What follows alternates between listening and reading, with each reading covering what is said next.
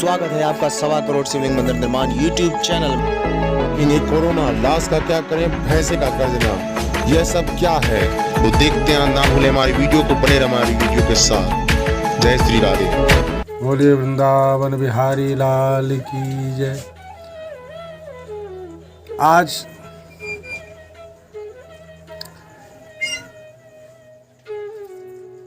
नवरात्रि का सप्तमी अष्टमी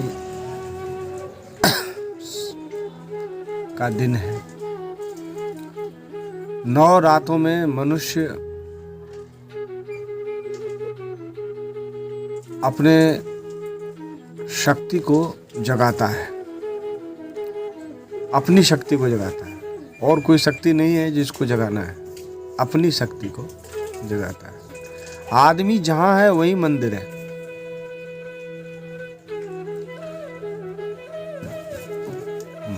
आदमी स्वयं मंदिर है। आदमी अपने आप में मंदिर है। और आदमी पता नहीं कहाँ घूम रहा है, कहाँ देख रहा है। महात्मा कौन है?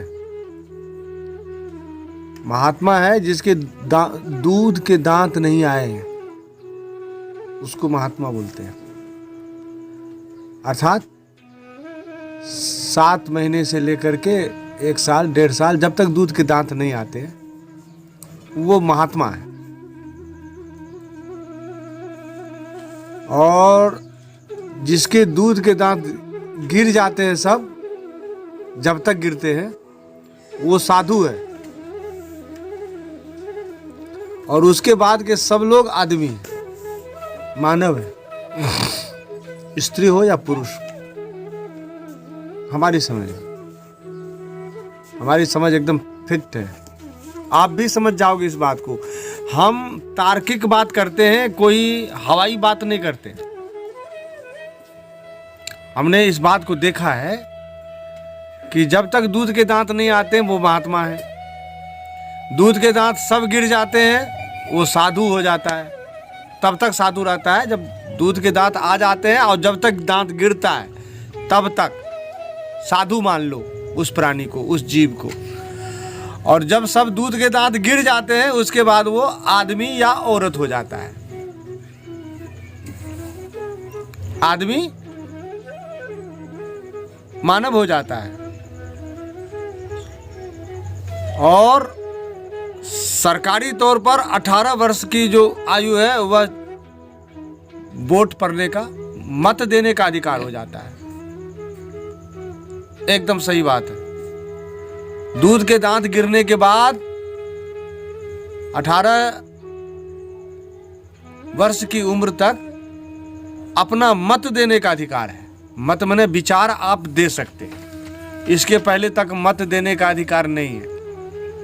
मत देने की योग्यता नहीं होती है। मानव होता है, आदमी होता है,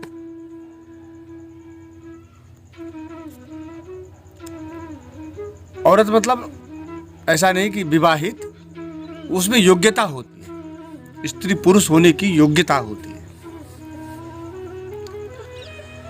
और ये तो हो गई मनुष्य की स्थिति। और उसमें शक्ति क्या है? शक्ति कहते हैं बोलने की जो ऊर्जा है, बात जो करते हैं, बात करने की जो शक्ति है, परा, पश्यंती, मध्यमा और वैखरी, ये जो वाणी है, यही शक्ति है।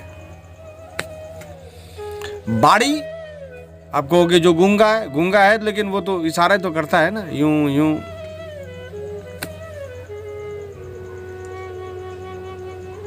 ये शक्ति है। और इसी शक्ति को गुप्त रख करके, नियंत्रित करके, वाणी पर नियंत्रण, नाद शक्ति पर नियंत्रण करके ब्रह्म का साक्षात्कार होता है, आत्मा का साक्षात्कार होता है। इसी शक्ति पर, वाणी शक्ति पर नियंत्रण। शक्तिमान शक्ति है वाणी, वाणी पर नियंत्रित करके अपनी ऊर्जा का संचय करके अपनी शक्ति को नियंत्रित करके 9 दिनों में नवरात्र में शक्तिमान बनते हैं। और उस शक्ति के लिए कहा गया है गर्ज गर्ज क्षणम मूढ़ मधु यावत् पिबाम्यहम मया त्वयि हते अत्रैव गर्जिष्यन्ति आसु देवता। 2 देवता गर्जना कर रहे हैं, 2 गर्जना कर रहे हैं। एक तो महिष भैंसा गर्जना कर रहा है और एक देवता गर्जना कर रहे हैं। गर्जना शब्द से दोनों को पकड़ेंगे, दोनों एक ही जैसा है।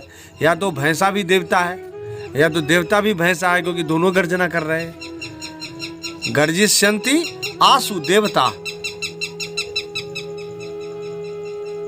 आसु बने शीघ्र ही देवता लोग गर्जना करेंगे। और ये भविष्य काल में है, करेंगे। कब करेंगे? जब तक मैं मधु पी लेती हूं तब तक गरज लो तुम। क्या है मधु? मधु पीना क्या है? तुम तो समझते हो कि मधु मतलब कोई हानि होता है, या कोई देवलोक में पात्र में कोई मदिरा है, शराब है, शराब को मधु शब्द से कहा गया है। कोई मधु नाम की लता होगी जिसका रस है। तुम लोगों ने तो अर्थ बना लिया है, ये नहीं है मधु। मधु है आनंद का रस, आनंद का रस। आनंद का रस पीने के बाद में भैंसे को मारा जाता है क्या? भैंसे को, चूहे को, गधे को मारने से क्या मनुष्य का कल्याण होगा? तुम सोचो जरा, बुद्धि लगाओ। बुद्धि तो तुम्हारी चरने गई है, कोई बात ही नहीं है। बुद्धि तो तुमने बेच के खा दी है सब। तुम लोग भैंसे को मार के, बकरे को मार करके अपना कल्याण चाहते हो। या भैंसे मारने की बात नहीं है, भैंसे को नहीं ललकारा जा रहा है। या आनंद का रस पीते ही भैंसा अपने आप चला जाता है, भैंसा तिरोहित हो जाता है, हट जाता है। जिस प्रकार से प्रकाश जलाने पर अंधकार चला जाता है, अंधकार को मारा नहीं जाता लठ से। तुम तो मार सकते हो, तुम्हारी तो बुद्धि बहुत तेज है। तुम सब लोग अंधकार को मार सकते हो लाठी से, क्योंकि तुम लोग बहुत वैज्ञानिक हो, बहुत ज्ञानी हो, बहुत साधु हो, तपस्वी हो, महात्मा हो, ब्राह्मण हो, पंडित हो, बड़े समझदार हो। तुम तो मार सकते हो। तुम तो भैंसा काटते हो किस लिए? कोई देवी है जो खुश हो जाएगी, जो हमारे घर को भर देगी। तुम ऐसा मानते हो। सारे लोग मान के चलते हैं कि ऐसा करने से ऐसा होता है, ऐसा करने से ऐसा होता है। किसी को कुछ होता नहीं है। होता जो भी है सो स्वाभाविक रूप से होता है। जो भी होता है वो स्वाभाविक रूप से होता है। तुम्हारे प्रयास करने से कोरोना नहीं आएगा। और सारे भारत के सारे साधुओं ने मिलकर के, सारे तीर्थों में सारे ब्राह्मणों ने मिलकर के सब और अनुष्ठान कर लिए। कोरोना को भगाने के लिए लाखों रुपए खा गए अनुष्ठान के चक्कर में, और कितने घंटे चले गए। और पिछले साल बहुत अनुष्ठान करवाए सबने, कोरोना महामारी निवृत्त्यर्थम, और फलाने इतना अभिषेक और इतना जप और इतना फलाना, इतना दुर्गा पाठ। ये क्या है? तुम्हारे करने से नहीं होता है, स्वाभाविक है। स्वाभाविक रूप से वायरस आते हैं, कीटाणु आते हैं। स्वाभाविक रूप से कोई चीज रखी रहती है, उसको कीड़े खा जाते हैं, उसमें घुन लग जाते हैं, उसमें जंग लग जाते हैं, वो खराब हो जाता है। घर को स्वाभाविक रूप से बंद करके चले जाओ, अपने आप उसको सब कीड़े मकोड़े वातावरण में वो सब खा जाएंगे, सब पूरा घर गिर जाएगा। 10, 20, 50 साल में सब खराब हो जाएगा। स्वाभाविक है सब कुछ, प्रकृति स्वाभाविक है, संसार स्वाभाविक है, परमात्मा स्वाभाविक है, तुम स्वाभाविक हो, तुम्हारे सारे कार्य स्वाभाविक है, तुमको कोई न देता है न लेता है, तुम स्वयं अपने कार्य के जिम्मेदार हो। और 1.25 करोड़ शिवलिंग मंदिर निर्माण जो यह है, तुम कहोगे फिर महाराज ये क्या है? कुछ ना करने से कुछ अच्छा है, टिकने की जगह है। बोला यहां क्यों टिके, वहां क्यों नहीं टिके? उधर हम अपने घर में जो मंदिर बना रखे, मनुष्य को अब एक होना पड़ेगा। और यह जो लाश है, इसको जो अलग अलग तुम लोगों ने गाड़ने की और कब्र पे डालने की और इसमें डालने की व्यवस्था बनाई, नहीं, लाश को पूरी तरह जलाओ। इसमें कीड़े होते हैं, कीटाणु। कोरोना जो है यह सिद्ध कर दिया है पूरे संसार में, चाहे ईसाई हो, चाहे मुसलमान हो, चाहे कोई भी हो, दूरी बना के रखो। और मरने के बाद इस लाश को जलाओ। कीड़े जलते हैं, मिट्टी में दबाने से ये फैलेंगे, टावर पे रखने से फैलेंगे, कब्र में डालने से फैलेंगे। और तब तुम्हें कोई अल्लाह ताला, कोई यहोवा, कोई ईश्वर, कोई गॉड तुम्हें बचाने नहीं आएगा। कोरोना धरेगा तो लेके चले जाएगा। अब तुम लोग तो रास्ता निकाल लेते हो, बोलोगे कोई बात नहीं है, फिर वहां पर हिसाब होगा। अरे यहां पर तुम्हारा तो हिसाब हो गया है, वहां पर क्या होगा हिसाब? यहीं पर सारा हिसाब है, इसी जगह। तुम्हारे कार्य, तुम्हारी सोच, तुम्हारा जीवन, तुम्हारा स्वरूप इस छोटे से वीडियो में मैं नहीं बता सकता हूं। फिलहाल मैं इतना बता रहा हूं कि सब लोग स्वस्थ रहिए और अपनी शक्ति के जागरण करने के लिए ज्यादा से ज्यादा अपनी आंख बंद करके अपनी श्वास का दर्शन करते रहिए। कोरोना में सबसे पहले श्वास ही बंद हो जाता है। क्या होता है? फेफड़ा जाम, श्वास लेना बंद, और फिर तो भागते भी रास्ता नहीं मिलता है। और यदि 16 साल का जवान बेटा मर रहा हो तो माँ बाप पास नहीं जाता। और इसलिए मैं कह रहा हूं सभी से, सब लोग सावधान रहिए और अपनी शक्ति का जागरण कीजिए, अपनी श्वास का जागरण कीजिए। इस शरीर का, इस जीवन का, इस संसार का कोई भी निश्चित स्वरूप नहीं है। यह स्वाभाविक है, यह परिवर्तनशील है। इस परिवर्तन में जो अपरिवर्तित रहता है, जो एटर्नल रहता है, जो शाश्वत रहता है, वह है आत्मा। उस आत्मा को जानने के लिए स्वयं की आंखें बंद करनी होती है, स्वयं की शक्ति को जागरण करना पड़ता है, अपनी श्वास का दर्शन करना पड़ता है। और जो दिव्य प्रकृति है भगवान की, परमात्मा की, जो 8 प्रकृति है, कौन कौन? पृथ्वी, जल, तेज, वायु, आकाश, ये 5 है। 5 मोटा मोटा, मन, बुद्धि और अहंकार, ये 8 हैं। ये 8 प्रकृति है। और इस प्रकृति का ही नाम माया है। और इसी माया के लिए पहले महामाया है। इसी को यदि माया से तुम जुड़ जाते हो तो इसी को योग माया कहा जाए। यदि आप जुड़ गए अपनी माया से, आप जुड़ गए, कोई भगवान तो जुड़े ही गए, तुम्हारी योग माया तुमको काम देगी। भगवान की योग माया भगवान के लिए काम कर रही है। तुम अपनी योग की माया को, तुम अपनी माया को अपनी युग अपने से जोड़ करके योग माया बना लो। तुम स्वयं से जुड़ो। अपनी श्वास से जो नहीं जुड़ता है ना आदमी, तो उसको कोई देवी देवता, कोई पूजा पाठ, किसी भी प्रकार का अनुष्ठान कोई काम नहीं करेगा। क्योंकि आप जानते हो अभी कोरोना बता दिया है, वैसे तो तुम समझोगे नहीं, तुम तो जड़ हो ना, तो जड़ बुद्धि हो आदमी, तो जड़ बुद्धि है। जितना भी उसको कहा गया है उसको उल्टी समझ में आता है, सीधा तो आदमी को समझ में आया ही नहीं।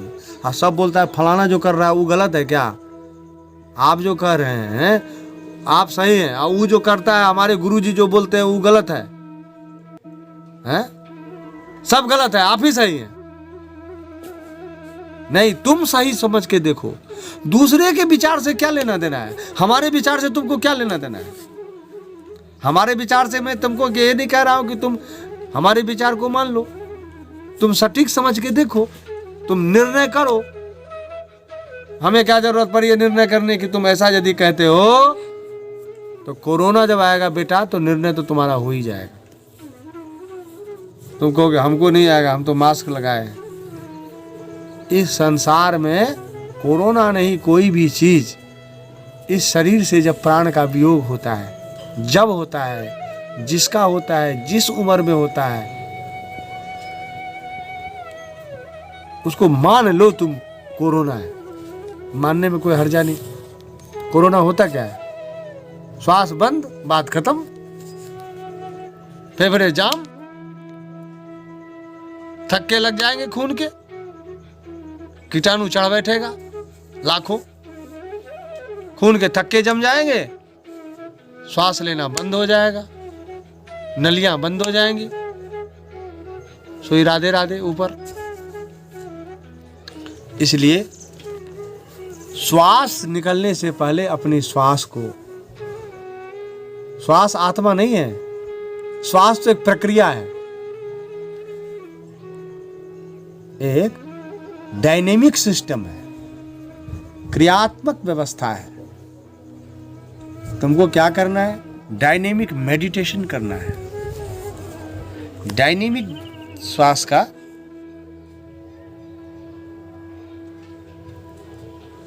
डायनेमिक लेसनेस फॉर्मिंग में जाना है। डायनेमिक लेसनेस फॉर्मिंग जो होता है, क्रिया से अक्रिया की ओर। सारी क्रियाएं कहां ले जाती हैं? अक्रिया की ओर। इसलिए क्रियात्मकता से एकाग्रता की ओर, अपने श्वास की ओर यदि हम जाते हैं तो वो शक्ति पूर्ण हो जाती है, पूर्ण हम हो जाते हैं। इतना ही कह सकते हैं। होता क्या है या कोई भी आज तक नहीं बता पाया है। बोलते हैं गीता में भी भगवान ने कहा है कि आस्थितो योग धारणम, यहाँ तक कहा योग का धारण होता है। उसके बाद होता क्या है, तुम्हारी क्या होगा कालिया, वो तुम जानोगे। तुम आनंद केवल के भागी हो, तुम आनंद ले सकते हो। तुम आनंद को बखान नहीं कर सकते हो कि मिठाई खाई कैसे जा सकती है। और सारे शास्त्र, सारी पूजा पद्धति, सारी देवी देवता उस आनंद के पहले तक की व्याख्या है। क्या है? उसके पहले तक की व्याख्या है। ये कर लो, वो कर लो, गुरु बना लो, चेला बना लो, तीर्थ में चले जाओ, फलाना कर लो, माला ले लो, झोली ले लो, कंठी ले लो, तिलक ले लो, पूजा कर लो, इस देवता के पास, उस देवता के पास, उस तीर्थ में, उस पीर के पास, उस फकीर के पास, वो नमाज, वो प्रार्थना, वो फलाना, ये सब कुछ पहले तक की व्यवस्था है। इसीलिए अब मैं आपसे विदा लेता हूँ। वीडियो में बहुत ज़्यादा नहीं बता सकते, तो ये आप जानें, अपने आप को जानने का प्रयास करें, आनंद लें और संसार में स्वस्थ रहें।